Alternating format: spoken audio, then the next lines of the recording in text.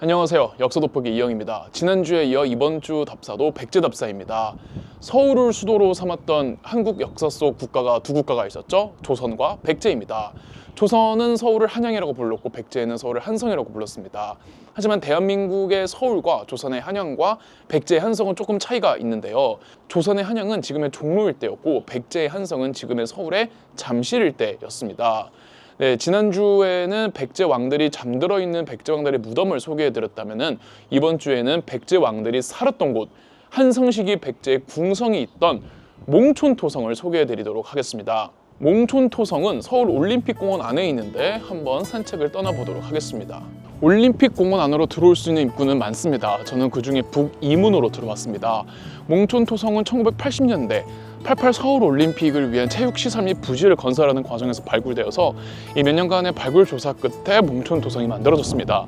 삼국사기에 의하면 소선호가 그녀의 두 아들이었던 비류 온조와 함께 고구려에서 나와 이곳 한강 유역까지 내려온 뒤 한강을 내려다 굽어볼 수 있는 산에 올라서 이 한강 유역의 나라를 건국하기로 했다고 합니다. 정확히는 잠실 일대인데 그래서 그들이 한강을 내려봤다는 곳은 잠실 일대가 다 보이는 아차산이지 않았을까 추정을 하고 있습니다. 저 목책은 나름 고증을 해서 복원한 목책입니다. 실제로 저 자리에 목책을 세운 흔적이 발견되었다고 해요. 소선호의 첫째 아들이었던 비류는 인천에 가서 나라를 세웠고 소선호는 둘째 아들이었던 온조와 함께 한강 유역에 백제를 건국을 했는데 그 첫 수도는 하북 위례성이었다고 합니다. 그러다 기원전 6년에 소선호가 죽고 이듬해 기원전 5년 온조는 새로운 수도 하남 위례성으로 수도를 옮깁니다.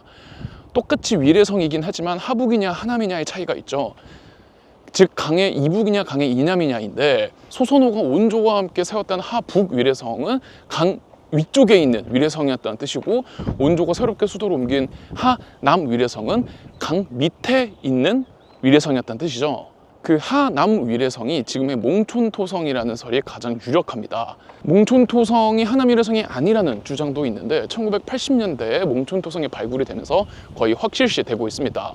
그렇다면 하북 위례성은 어딜까요? 하북 위례성의 정확한 위치에 대해서는 정서가 통설이 없습니다. 다만 한 가지 알아야 하는 것은 이곳 잠실 일대가 옛날에는 섬이었다라는 건데요. 여의도처럼 잠실도였습니다. 잠실도가 육지랑 붙어진 건 일제강점기 때니 비교적 최근이죠. 그래서 하남 위례성은 잠실도 이남에 있었던 몽촌토성이고 잠실도 안에 있는 풍납토성이라고도 있는데 그 풍납토성이 하북 위례성이지 않았을까 하는 주장이 있습니다. 혹은 하남 위례성은 풍납토성이 맞고 몽촌토성은 그 풍납토성을 지키기 위한 군사적 성이었다라는 주장도 있었고 반대로 하남 위례성은 몽촌토성이 맞는데 풍납토성은 하북 위례성이 아니라 몽촌토성을 지키기 위한 군사적 성이었다라는 설 등 다양하지만 1980년대에 몽촌토성 발굴 성과가 계속 나오면서 하남 위례성은 몽촌토성이 맞다라는 결론이 거의 확실시되고 있습니다. 고구려의 광개토대왕과 장수왕이 함량시켰던 백제의 수도 위례성, 나중에는 한성이라고 부르게 되는데 그 한성이 있던 곳이 지금 제가 있는 올림픽공원 안에 있는 몽촌토성입니다. 참고로 정약용은 위례성의 위례는 순우리말 우리의 어원이며 목책 혹은 성벽을 쌓고 그 우리 안에 살던 사람들을 우리 혹은 위례라고 불렀다는 주장을 했습니다. 영어로 말하자면 케이지와 위가 우리나라 말로는 같다는 거고 그 어원이 위례라는 거죠.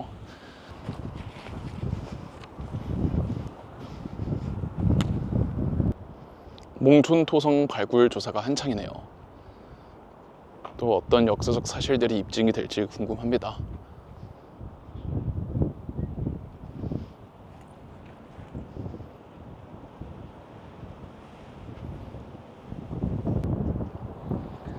서울 내에 돌로 쌓은 석성은 한양도성 비롯해서 꽤 있잖아요. 그런데 이런 토성은 훼손되기가 쉽기 때문에 잘 없는 편인데 이렇게 토성이 발굴되어 좋은 산책 코스로 제공되고 있다는 게 참 서울의 특혜이기도 합니다.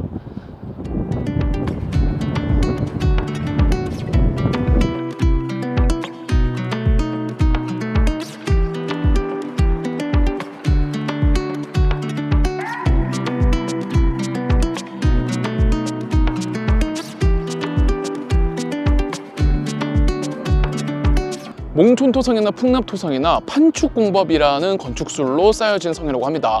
이 토성을 만들 때는 그냥 흙을 위에 쌓아 올리는 성토법이 있고 판축공법이라는 또 다른 기술이 있는데요. 판축공법은 말 그대로 판으로 층을 나누어서 각 층별로 흙을 넣고 다지고 다시 또 그 위에 판으로 층을 만들어서 흙을 다지고 이렇게 점진적으로 단계적으로 쌓아 올라가는 방식을 판축공법이라고 하는데, 이렇게 만들면 성이 더 튼튼해진다고 해요.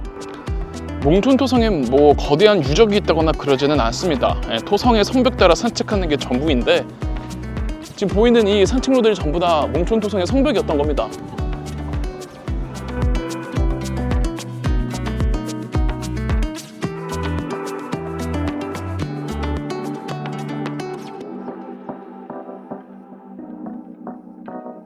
그래도 여기 몽촌토성 온 김에 한성시기 백제의 역사에 대해서 간략하게 설명을 드리겠습니다.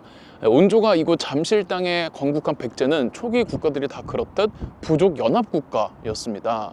고구려로부터 나온 유민 세력들을 주도로 서울, 한강 그리고 경기도에 존재하는 토착 부족들이 연합해서 만든 국가였죠. 네, 초기에는 백제도 마한에 있던 여러 나라 국가들 중 하나였습니다. 원래 마한에서 가장 국력이 컸던 국가, 마한 연맹의 맹주국 역할을 했던 거는 천안에 있던 목지국이었습니다. 그러다 서기 246년에 목지국이 마한에 있는 모든 국가들 다 데리고 가서 당시 한반도 중북부에 있던 중국 행정구역 낙랑군과 대방군을 공격했다가 기리영 전투에서 대패배를 해버립니다. 이 기리영 전투의 패배로 목지국의 위상이 추락을 하고 백제가 부상하기 시작하죠. 백제는 기리영 전투에 참여하지 않거나 참여를 했어도 주도적으로 참여하지는 않았던 것으로 보입니다. 백제는 8대왕 고이왕 때 관등제를 정비하고 율령을 반포하면서 관료제를 정립했는데요.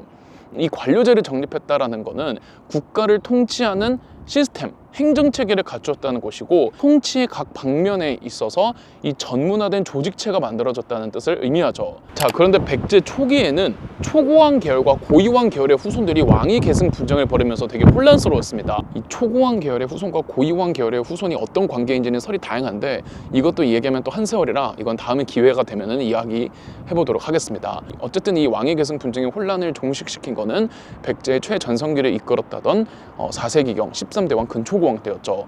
근초고왕은 백제의 영토를 넓히고 가야를 비롯한 소국들 복속시키고 일본과 처음으로 교류를 트는 등 백제의 최전성기를 엽니다. 15대왕 침류왕 때는 불교를 공연하면서 백제는 불교 국가가 되죠. 그런데 5세기부터 백제가 고구려 광개토대왕의 공격을 받으면서 급격하게 국력이 쇠퇴합니다. 연이은 광개토대왕과의 패전으로 인해서 백제 국왕들의 왕권이 실추가 됐고, 진시나 해씨 같은 귀족들의 힘이 굉장히 강해집니다. 그때 이제 백제 21대왕인 계로왕이 극단적인 왕권 강화 정책을 펼치다가 이 귀족들로부터 욕들으면서 국론이 분열됐고, 결정적으로 고구려 장수왕의 침입을 받아 한성이 함락되고 말았습니다. 계로왕은 이곳 몽촌토성 한성에 남아 끝까지 싸우다가 사로잡혀서 죽임을 당했고요. 계로왕의 아들 혹은 계로왕의 동생이라고 하는 문주왕이 백제의 수도를 한성에서 지금의 충청도 공주인 웅진으로 천도하면서 500년에 이르렀던 한성시기의 백제는 끝나게 됩니다.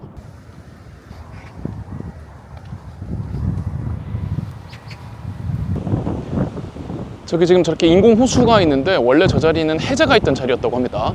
몽촌토성은 해자까지 갖춘 나름의 요새였던 겁니다. 네, 북이문에서 몽촌토성 산책로를 따라서 남쪽으로 쭉 내려다 보면은 한성 백제박물관이라고 있습니다.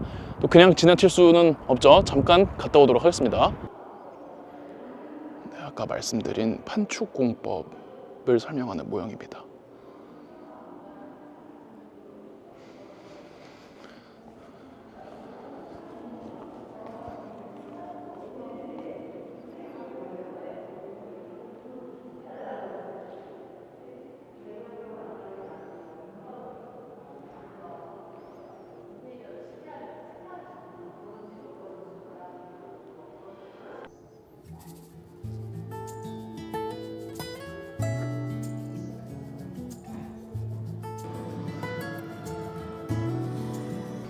자, 이게 지금 잠실일대, 옛 잠실일대를 복원한 모형인데요.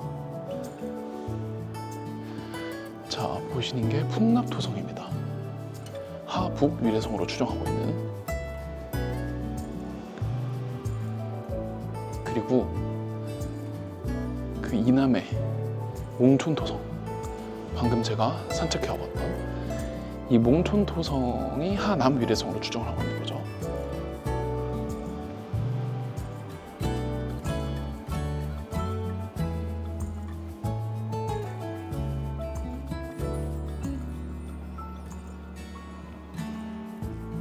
몽촌토성과 풍납토성에서 출토된 도기들이라고 합니다.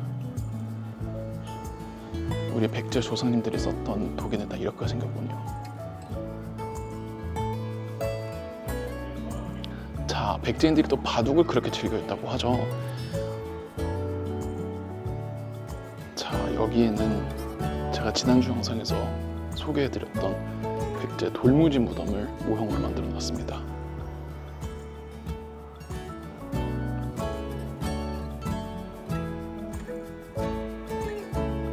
칠지도.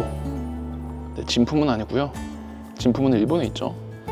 네, 칠지도는 백제가 일본이랑 교류를 트자 양국의 우호를 위해서 백제의 왕이 일본의 왕에게 하사했던 선물이라고 합니다.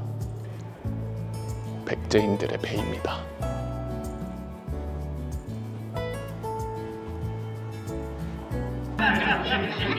저 노신덕 아저씨들 보기 전에도 백제의 1등 사람들이라고.